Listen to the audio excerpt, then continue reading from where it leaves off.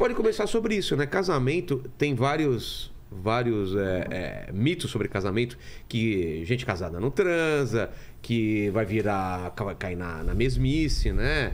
Que o amor um dia acaba, a paixão um dia acaba. Tudo bem, eu tenho 7 anos, acho, de casado, mais uns 3, 4 de namoro também, e morava junto já, e eu até agora não vi essa parte ruim do casamento. Posso estar enganado e jogarem na minha cara, recortarem esse trecho daqui a um tempo e falar, tá vendo? Mas por enquanto eu não vi essa parte que todo mundo fala da parte ruim, né? O que vocês têm a dizer sobre o casamento relacionado a sexo, a amor, a paixão? Como que é? Bom, olha, eu acho que a gente tem de tudo um pouco, né? Isso vai muito da vivência desses casais aí, né? Pelas experiências que eles passam. Não é? Antes e depois, né? Antes e depois, exatamente. Então, a gente não pode esquecer que o evento Filhos traz uma transformação muito forte para a relação de um casal. Dificuldades financeiras, desemprego, a própria pandemia, como a gente estava falando aqui no começo. Nossa, quantos casais separaram, né, na pandemia ou ficaram mais unidos? Estatisticamente aumentou. Acho que no Brasil aumentou em torno de 40% as separações na pandemia. 40%? Na Europa também. O número foi muito considerável de separações, de divórcio e tudo mais. Então, quer dizer, dependendo da vivência que essas pessoas têm, né, ao longo das suas vidas, do relacionamento, isso pode se manter muito bem, né? A vida sexual ela pode se manter em alta ou então de boa para o casal. Ou não. Essa frequência pode cair significativamente, o relacionamento pode ficar ruim. Frequência. Quando que deve acender uma luz vermelha para o casal em relação à frequência? Então, essa é uma pergunta que tanta gente me faz. Né? Mas imagino é muito difícil de você dar uma resposta assim, dentro de uma caixinha. Porque, por exemplo, a frequência para você boa pode ser que seja, sei lá, 3, 4 vezes por semana. E quando começa a ficar 1, 2 vezes na semana, já começa a ligar a tua luzinha vermelha, certo? Tem casais que transam 1 vez no mês, 1 vez a cada 2 meses. E tá tudo bem.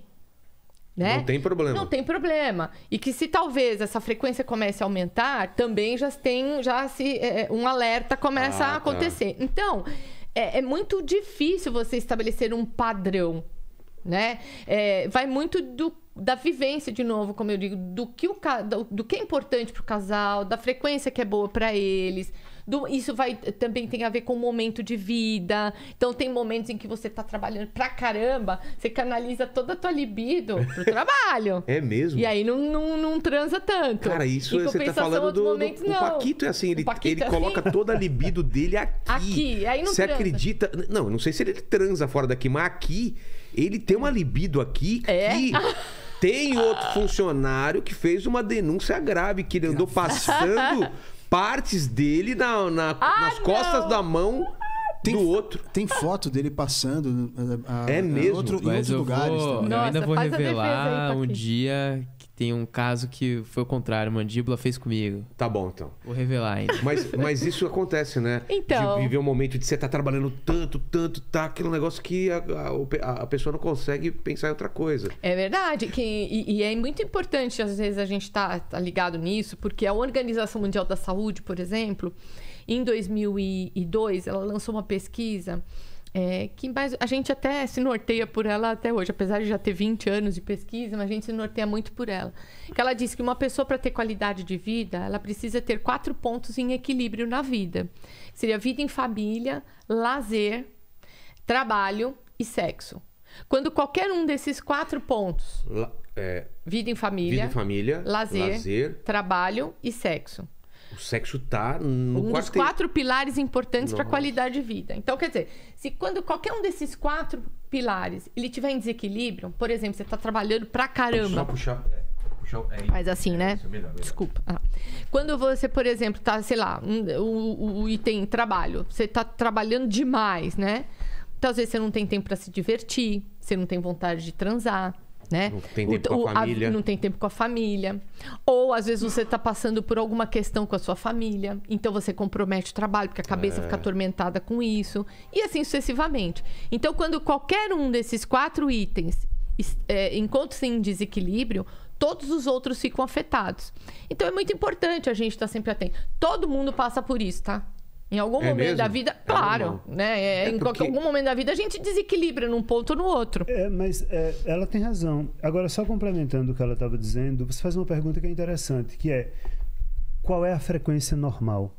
Ou aceitável, talvez. Pois é, mas isso é interessante porque a gente está sempre procurando a referência fora.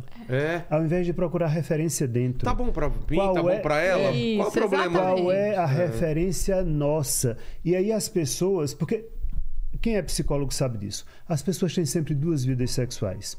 Uma que elas falam em público e a outra que elas falam pro psicólogo. É verdade. Com certeza. Então, em público... Pro psicólogo fala real. Fala real. Então, em público, ninguém nunca broxou. Em público, todo mundo transa todo dia. Né, Paquito? Em público, né? Em público... Cara, o Paquito fala que nunca broxou, velho.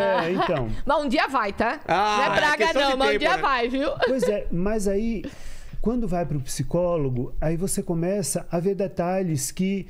eu nunca brochei, a não ser quando eu tô apaixonado, aí eu tenho medo de brochar, porque aí eu começo a ficar inseguro, como é que vai ser meu desempenho. Então, as pessoas precisam começar a procurar referências internas. O que é normal para mim? Entendi. O que é que está bom para mim no sexo? Agora, com relação a... E, sobretudo, o que é sexo para mim? Porque as pessoas falam de sexo como se sexo fosse uma coisa óbvia.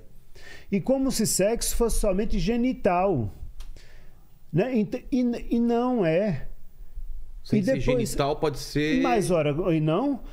Se você pega... Masturbação também? Não, eu não preciso gozar para ter sexo. Você pode falar. Você pode falar, você pode ter sexo de várias maneiras. Entendi. Porque para pensar uma coisa. Se eu pegar um fósforo aceso e colocar em qualquer parte do seu corpo, isso vai provocar dor.